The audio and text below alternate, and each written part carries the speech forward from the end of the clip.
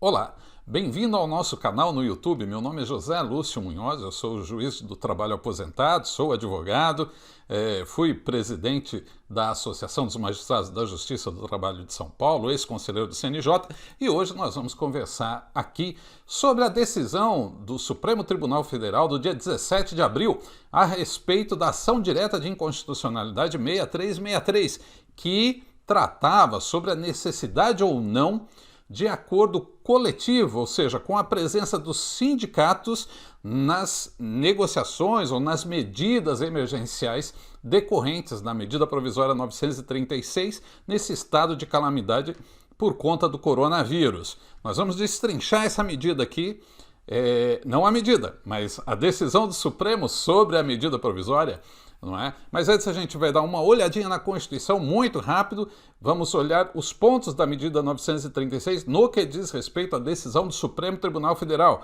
não a medida 936 como um todo, porque daí você tem uma videoaula que eu vou deixar o link aqui embaixo sobre a medida provisória 936, sobre a medida provisória 927, um resumão de todas as medidas adotadas trabalhistas adotadas para esse período de calamidade pública. E vamos dar aqui a conclusão dos nossos trabalhos. Mas lembre-se, essa é apenas uma videoaula. Se você necessita de alguma coisa específica, por favor, consulte seu advogado, sua associação de classe ou o seu sindicato, ok? O que diz a Constituição Federal? Vamos ver 3 pontinhos apenas. Que há uma proteção do salário. Há um princípio da irredutibilidade do salário, salvo o disposto em convenção ou acordo coletivo. Olha só, o artigo 7º diz lá que para reduzir salário é necessário um acordo coletivo, não vale acordo individual. Então, só acordo coletivo com o sindicato. Como foi que o Supremo interpretou isso? Vamos ver daqui a pouquinho, ok? Também tem um outro dispositivo lá no 13 que se trata da compensação de horário, de você compensar dias trabalhados a mais ou a menos e fazer uma compensação disso depois, ou mediante pagamento, ou folga compensatória, ou folgar antes e trabalhar depois. O que diz a Constituição? Que aqui é possível fazer essa compensação por acordo. E não diz o texto constitucional coletivo, logo pode ser o acordo individual ou coletivo, ok? E o artigo 8º, 6º diz que é obrigatória a participação dos sindicatos nas negociações coletivas de trabalho. Se é obrigatória a participação dos sindicatos, como que fica essa questão de se fazer um acordo coletivo para essas medidas nessa situação emergencial? Vamos ver já. O Supremo Tribunal Federal enfrentou esse tema nesse momento, numa medida liminar que foi pleiteada pela Rede Sustentabilidade, é um partido político que ingressou no Supremo com ação direta de inconstitucionalidade 6363, pleiteando, atacando a medida provisória 936, que trata da redução de salário e jornada de modo proporcional ou a suspensão do contrato de trabalho por acordo individual em algumas hipóteses, não são todas, ok? E aí, a inicial, ou seja, essa ação direta de inconstitucionalidade pleiteava que fosse declarada a inconstitucionalidade da medida provisória a fim de afastar o acordo individual para dispor sobre medidas de redução de salário e suspensão de contrato de trabalho. Essa era a ação que foi proposta no Supremo. A princípio, o ministro Lewandowski, o relator, concedeu uma liminar, depois ele acabou esclarecendo essa liminar nos embargos declaratórios, em que estabeleceu como princípio: vale o acordo individual, deve comunicar ao sindicato esse acordo individual. E a MP diz isso, como veremos. Se o sindicato não se manifestar, vale o acordo individual. Se o sindicato iniciar uma negociação com a empresa e chegar num acordo depois coletivo, o empregado pode aderir àquele acordo coletivo e, nessa situação, deixaria sem validade aquele acordo individual. Ou seja, aplicaria-se ao trabalhador aquilo que lhe fosse mais benéfico, ou o acordo individual ou o acordo coletivo, ou a convenção coletiva de trabalho. Essa foi a liminar do ministro Lewandowski, mas não vale mais essa liminar, porque na decisão de ontem, dia 17, o tribunal, o Supremo Tribunal Federal, por maioria, ele negou a medida liminar ou cautelar solicitada pela Rede Sustentabilidade na ação direta de inconstitucionalidade.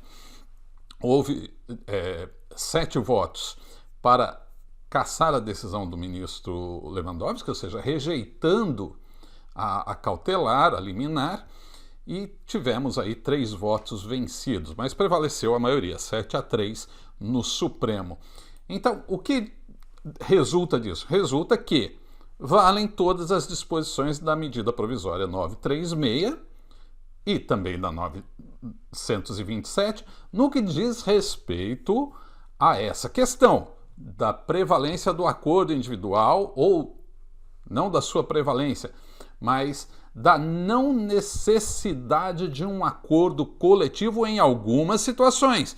Outras situações ainda é necessário o acordo coletivo e a gente vai ver.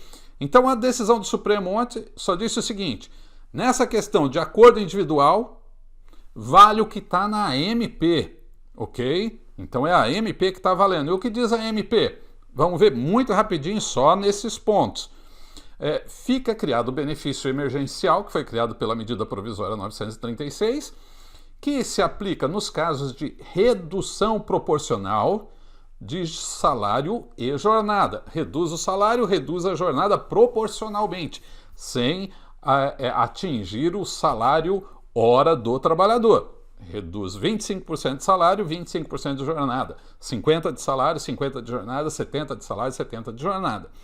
Ou aplica-se o benefício emergencial no caso de suspensão temporária do contrato de trabalho. Mas aqueles benefícios previstos na medida provisória, eles exigem para sua implementação um acordo. E o que diz a medida provisória? Que tipo de acordo que é esse? Bom, será um acordo individual ou coletivo. O acordo coletivo vale em qualquer hipótese, nem precisamos discutir muito sobre esse tema. Mas aqui diz a MP que vale o acordo individual. Não é? E aí que estaria talvez estabelecido aquele conflito com o princípio constitucional que a gente viu antes e que o Supremo não visualizou dessa forma, ao menos nesse momento. E o acordo individual, nos termos da MP, é possível para os empregados com salário inferior, igual ou inferior a R$ 3.135, ou aos empregados com um salário superior a 2 vezes o teto da Previdência, que é 12 mil e poucos reais, e que tenham nível superior, ou seja, diploma universitário. Por quê? Esses 2 grupos pode ser feito um acordo individual. Por que os trabalhadores nessas circunstâncias não necessitariam da proteção do sindicato, ou seja, não necessitariam de um acordo coletivo para fazer essa negociação? Porque os trabalhadores com um salário de até R$ 3.135, eles serão muito pouco atingidos, porque a complementação governamental de salário por esse auxílio emergencial que está sendo criado por esse programa, eles serão pouquíssimo afetados, então eles não terão quase prejuízo. E se os trabalhadores, na concepção de quem fez a MP, não terá um prejuízo, não haveria necessidade de uma assistência do seu sindicato para lhe proteger, porque ele não teve prejuízo ou prejuízo significativo. E os portadores de diploma que ganham um salário mais elevado, eles teriam condições de negociar por si próprios, se defender e também não precisariam da assistência sindical. E isso já é uma previsão constante na CLT, no artigo 444, parágrafo único da CLT.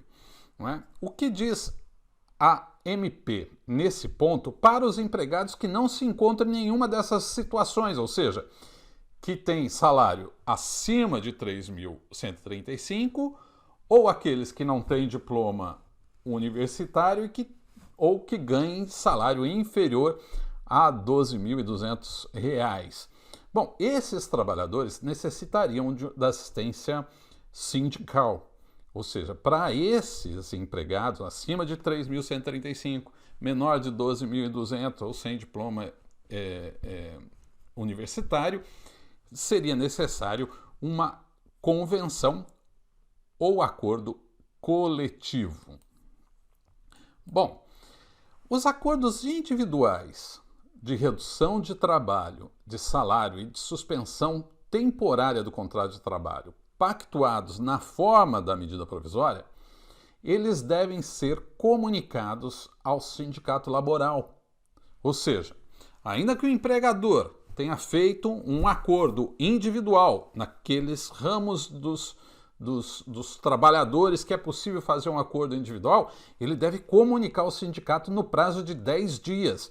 E é um requisito formal. E aqui, se não comunicar, pode haver o entendimento jurisdicional depois de que esse acordo individual não teve validade, porque o sindicato não foi comunicado. E o sindicato, uma vez comunicado da existência desse acordo, ele pode eventualmente iniciar uma negociação coletiva ou abrir um dissídio coletivo para questionar a validade daquele acordo, se ele tem validade ou não, por alguma nulidade ou por ausência de uma livre e espontânea adesão por parte dos trabalhadores. Enfim, o sindicato vai poder discutir, mas para que o sindicato possa proteger esses trabalhadores, ele tem que ser comunicado e a empresa tem que fazer isso no prazo de 10 dias. É um requisito formal, então prestem muita atenção. Feito o acordo individual, comuniquem o sindicato da existência desse acordo, ok? Bom, então nós vamos ver aqui as principais circunstâncias. Eu fiz uma tabela aqui explicando cada uma das medidas possíveis e se é necessário o acordo e se será necessário apenas um acordo individual ou não. Há necessidade de um acordo coletivo. Vamos acompanhar o primeiro item ali dessa tabela? Bom, concessão de férias, férias coletiva, parcelamento de férias, antecipação de feriados nacionais, cancelamento ou suspensão de férias nos serviços essenciais, a designação de teletrabalho, trabalho à distância, trabalho a domicílio. Todas essas questões estão previstas na medida provisória 927. E aqui não precisa de acordo nenhum, nem individual e nem coletivo. Ah, mas pode fazer por acordo coletivo ou individual? Pode, mas não é necessário. Basta uma decisão do empregador e ele pode adotar, dentro dos requisitos de cada uma dessas circunstâncias, ele pode adotar qualquer dessas medidas por sua conta, ok? Bom, antecipar férias de períodos futuros, ou seja, o trabalhador ele está aqui esse ano, ele ainda vai completar o seu ano de trabalho, mas o empregador quer antecipar as férias do ano que vem, que o trabalhador nem trabalhou ainda para ganhar as férias do ano que vem. Mas ele pode antecipar? Pode, desde que haja um acordo aí, no caso, individual ou coletivo, como a gente está vendo aqui. Pode também antecipar feriados municipais religiosos. Nós vimos lá que a antecipação de feriados nacionais não precisa de acordo, mas se for antecipar feriado municipal religioso, aí vai precisar de acordo individual ou coletivo. Tá? Os serviços de saúde, as instituições que lidam com saúde, elas podem prorrogar a jornada dos seus trabalhadores, dos enfermeiros, médicos, motoristas, mesmo daqueles casos que trabalham em jornada 12 por 36. É possível prorrogar a jornada desses trabalhadores agora, do período de calamidade pública, do decreto número 6, que vai até dia 31 de dezembro de 2020. Pode estabelecer escalas suplementares de trabalho, pode alterar intervalo interjornada, que é aquele intervalo que a lei estabelece como descanso de final de semana ou de uma jornada e outra, não é? Então, nesse caso, os serviços de saúde estão autorizados, mas para que precisa de um acordo. E esse acordo pode ser coletivo ou individual, ok? Bom, há também a compensação de jornada, né, especial agora, que é uma compensação diferente da compensação normal. Essa compensação tem outras regras e vão ser aplicado um prazo maior para que ocorra essa compensação de jornada. Essa compensação de jornada é acordo individual ou coletivo. Assim também o reembolso de despesas do trabalho para aqueles empregados que são submetidos ao teletrabalho, trabalho à distância, o trabalho remoto. Então, se ele precisar de computador, linha de internet, pagamento de conta de internet, enfim, linha telefônica, Todas essas questões e o trabalhador tenha despesas com elas, aí há necessidade de um acordo para estabelecer qual vai ser o modo de pagamento disso, como que vai ser feito o reembolso dessas despesas. E esse acordo pode ser individual ou também coletivo.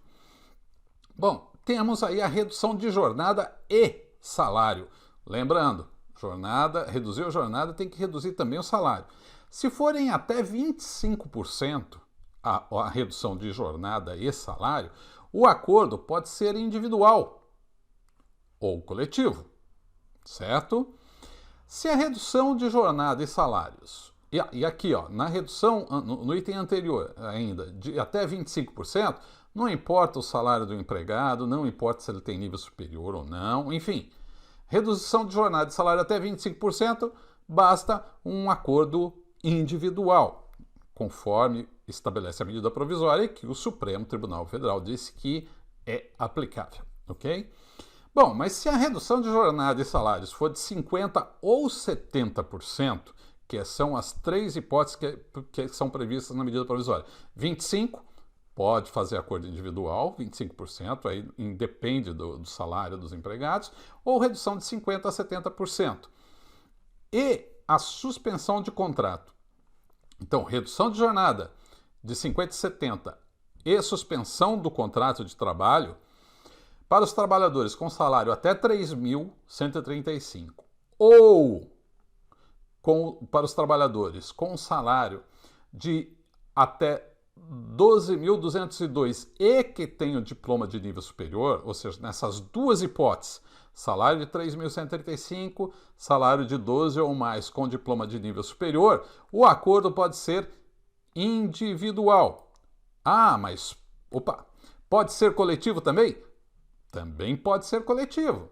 E até se sugere que se tente a negociação coletiva. É válido, é salutar, valorizar os órgãos de representação dos trabalhadores, dos empregadores, ou seja, é adequado. Mas, conforme a decisão do Supremo, vale um acordo individual, um contrato individual para regulamentar essas circunstâncias. Bom, agora, e se a redução de jornada e salários de 50% ou 70% e suspensão do contrato de trabalho para trabalhadores com salário entre 3.135 e 12.212 reais, nessas circunstâncias, redução de jornada e salário de 50% e 70% ou suspensão do contrato para esses trabalhadores com esse salário, aí só vale o acordo coletivo ou a convenção coletiva de trabalho. Não vale acordo individual. Ah, mas o Supremo não disse que vale o acordo individual? Não, o Supremo falou que vale a medida provisória. E a medida provisória estabelece a necessidade de acordo coletivo nessa circunstância, nessa situação. Então, não são todos os acordos individuais que estão valendo agora. Cuidado com isso, ok? Bom, a redução de jornada e salários em percentuais diferentes daqueles estabelecidos na medida provisória, de 25%, 50% e 70%, que é o que estabelece a medida provisória, mas se for diferente disso, se for diferente de 25%, 50% e 70%, daí apenas acordo coletivo ou convenção coletiva que pode estabelecer essas matérias, ok? E a medida provisória 936 ainda permite a suspensão do contrato de trabalho para qualificação, que é uma regrinha que é estabelecida no artigo 476 da CLT, 476A da CLT. E pela medida provisória é possível se suspender o contrato de 1 até 3 meses para que o trabalhador faça cursos à distância, se qualifique. E tem regras próprias para isso, não é? Conforme você pode ver na videoaula específica para isso, que a gente preparou a respeito da 936, da medida provisória 936. E nesse caso dessa suspensão, apenas o acordo ou convenção coletiva, o acordo coletivo ou convenção coletiva de trabalho. Então essas são as medidas previstas na medida provisória 927 e 936 para enfrentar esse problema, esse momento de calamidade pública pelo qual passamos. Espero que vocês tenham gostado e lembre-se, mantenham a calma. Isso vai passar? Aparentemente vai demorar um pouquinho mais do que se imaginava no começo, mas vai passar. Vai passar. Então, não tome medidas precipitadas de que você possa se arrepender no futuro. Não jogue fora o patrimônio que você tem na sua empresa, o seu patrimônio, a sua expertise dos seus empregados, dos seus trabalhadores. É um momento de a gente praticar empatia, solidariedade. Nos momentos de dificuldade é que o ser humano mostra o seu melhor e o seu pior. Vamos tentar então mostrar sempre o nosso melhor. Ok? Tem outras videoaulas aqui, uma específica sobre a medida provisória 927, outra sobre 936, fato do príncipe, auxílio emergencial, um resumão de todas elas. Quem tiver interessado, eu vou deixar o link aqui, ok? Cuidem-se, fiquem com Deus, muito obrigado e até a próxima.